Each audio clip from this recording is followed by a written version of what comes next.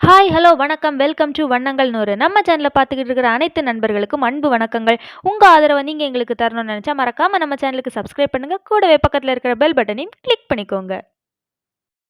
இன்னைக்கு நாம ரொம்ப ரொம்ப ஈஸியான அண்ட் ரொம்ப ரொம்ப ஹெல்த்தியான ஒரு கிட்ஸ் ஸ்நாக்ஸ் ரெசிபி தாங்க பார்க்க போறோம்.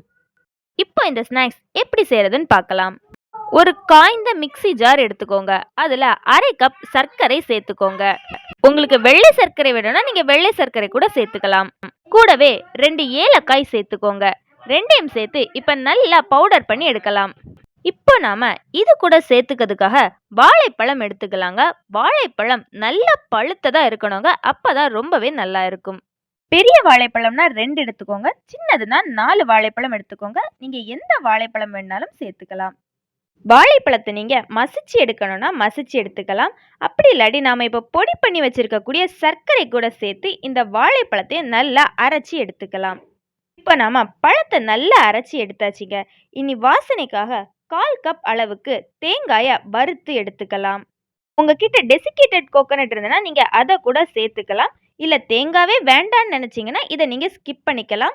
ஆனா தேங்காயை நீங்க இப்படி வறுத்து சேர்த்துக்கிட்டீங்கன்னா ரொம்பவே வாசனை நல்லா இருக்கும். எந்த கப்பில் நீங்கள் 1/2 கப் அளவுக்கு சர்க்கரை எடுத்தீங்களோ அதே கப்பில் 1 கப் அளவுக்கு கோதுமை மாவு எடுத்துக்கோங்க. நம்ம அரைச்சி வச்சிருந்த இந்த வாழைப்பழ பேஸ்ட்டை இது கூட சேர்த்துக்கலாம். இதுக்கு கூடவே நம்ம வறுத்து வச்சிருந்த அந்த தேங்காயையும் இது கூட சேர்த்துக்கலாம். இனி இதில் இன்னும் வாசனைக்காக 2 ஸ்பூன் அளவுக்கு நெய் சேர்த்துருக்கோங்க. உங்களுக்கு நெய் வேண்டாம் அப்படின்னா இதையும் நீங்கள் ஸ்கிப் பண்ணிக்கலாம். நம்ம நெய் சேர்த்துக்கிட்டோம் அப்படின்னா சாப்பிடும்போது அந்த நெய் வாசனை ரொம்பவே நல்லா இருக்கும். இனி இது எல்லாத்தையுமே சேர்த்து நல்லா பிசைஞ்சு எடுத்துக்கோங்க.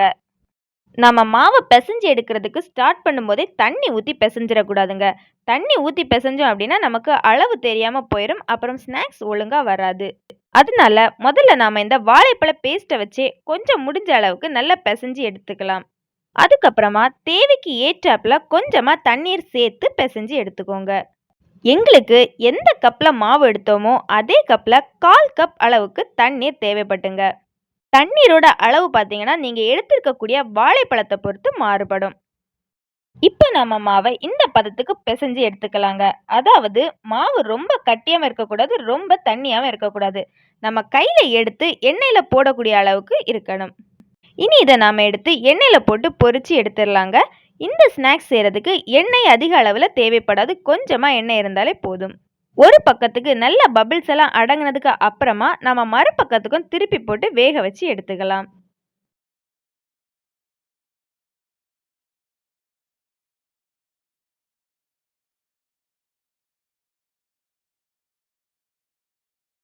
நாம் இப்போ அடுத்த பக்கமும் திருப்பி போட்டாச்சு. இந்த சைடு நல்லா கோல்டன் ப்ரௌன் கலரில் வெந்ததுக்கு அப்புறமா நாம் இதை ஒரு பாத்திரத்துக்கு மாற்றிக்கலாம். இந்த ஸ்நாக்ஸ் செய்கிறதுக்கு நீங்கள் கோதுமை மாவுக்கு பதிலாக மைதா மாவு கூட சேர்த்துக்கலாங்க. ஆனால் கோதுமை மாவு சேர்த்துக்கிட்டீங்க அப்படின்னா குழந்தைங்களுக்கு கொடுக்கும்போது ரொம்பவே ஹெல்த்தியாக இருக்கும். வெளிப்பக்கம் உங்களுக்கு கிறிஸ்பியாக இருக்கணும் அப்படின்னு நினச்சிங்கன்னா 1 ஸ்பூன் அளவுக்கு பச்சை அரிசி மாவும் சேர்த்துக்கோங்க.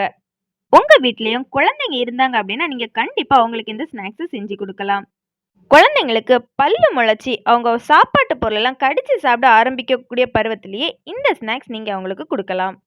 இந்த ஸ்நாக்ஸ் நமக்கு ஹெல்த்தியானது தாங்க. ஆனால் குழந்தைங்களுக்கு ஆரம்பத்திலேயே அளவுக்கு அதிகமாக கொடுத்துடாதீங்க. அவங்களுக்கு எல்லாமே அளவோடவே கொடுங்க. குழந்தைங்களுக்கு நீங்கள் இந்த ஸ்நாக்ஸை அளவுக்கு அதிகமாக கொடுத்தீங்க அப்படின்னா கோதுமை மாவு, வாழைப்பழம், சர்க்கரை இந்த 3 சேர்ந்து அவங்களுக்கு வயிற்றுப்போக்கை ஏற்படுத்தக்கூட வாய்ப்பு இருக்குது. அதனால குழந்தைங்களுக்கு நீங்கள் அளவோட தாங்க கொடுக்கணும். இந்த வீடியோ உங்களுக்கு பிடிச்சிருந்தனா லைக் பண்ணுங்க, ஷேர் பண்ணுங்க. இதை செஞ்சு பார்த்துட்டு உங்களோட கருத்துக்களை மறக்காம கமெண்ட்ல சொல்லுங்க.